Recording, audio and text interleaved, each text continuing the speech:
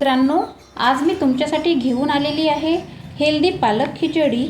ही खिचडी एकदा खाल्ली तर पुन्हा पुन्हा बनवायची इच्छा होईल।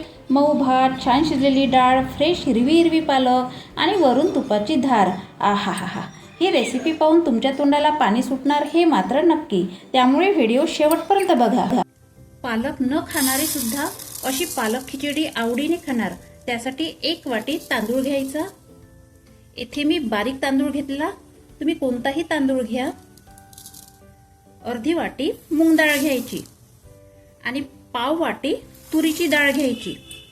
यात पाणी घालून मस्तपैकी धुवून कुकरमध्ये घालायचं आणि यात पाणी घालून 10 मिनिट मुरू द्यायचं।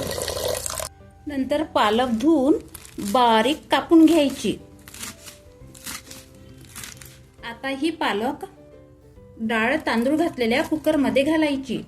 तुम्हाला मी सांगते, पालक तुम्ही कमी जास्त घेतली तरी चालेल। त्याचबरोबर 2 बटाटे कापून घालायचे, 4 ते 5 हिरवी मिरची कापून घालायची, 2 टोमॅटो कापून घालायचे, 1 कांदा कापून घालायचा आणि चवीपुरतं मीठ घालायचं आणि शिजायला थोडंसं जास्तच पाणी घालायचं। पाणी मात्र लिमिटमध्ये घालायचं। मिक्स करायचं आणि गॅसवर कुकरच्या 3 शिट्ट्या काढून घ्यायच्या। बघा, 3 शिट्ट्यात मस्त खिचडी आपली शिजली गेली आहे। आता ही खिचडी अशी खाण्यापेक्षा तडका द्यायचा। त्यासाठी एका कढईत तूप घालायचं। तेलाऐवजी तूपच घाला, तूपच यात चांगलं लागते। तूप गरम झालं की मोहरी घालायची, थोडंसं जिरं घालायचं आणि 3 ते 4 सुक्या मिरच्या घालायच्या। लसूण अद्रक पेस्ट घालायची, हळद घालायची, लाल मिरची पावडर घालायचं, धने पावडर घालायचं, जिरा पावडर घालायचं, गरम मसाला घालायचा। मिक्स करून घ्यायचं आणि यात तयार केलेली खिचडी ओतून घ्यायची।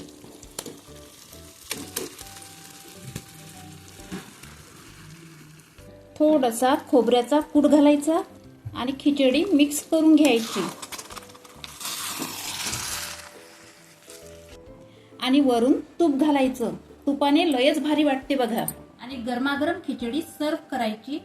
काय जबरदस्त लागते बघा, चव तर लयच भारी लागते।